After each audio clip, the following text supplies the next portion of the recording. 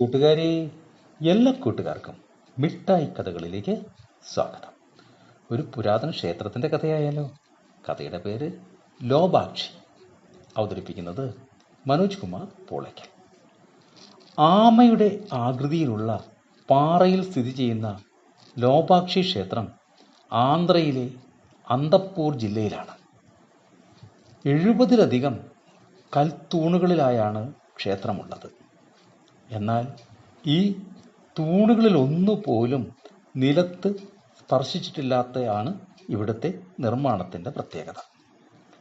ശിവൻ, വിഷ്ണു, വീരഭദ്രൻ എന്നീ 3 ദൈവങ്ങൾക്കും പ്രത്യേക ക്ഷേത്രങ്ങൾ ഇവിടെയുണ്ട്.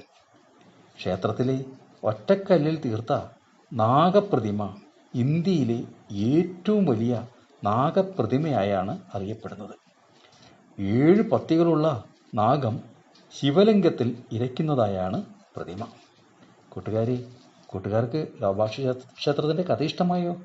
എങ്കിൽ പുതിയൊരു കഥയുമായി നമുക്ക് നാളെ കാണാം. എല്ലാവർക്കും നല്ലൊരു ദിനം ആശംസിക്കുന്നു. Story uncle.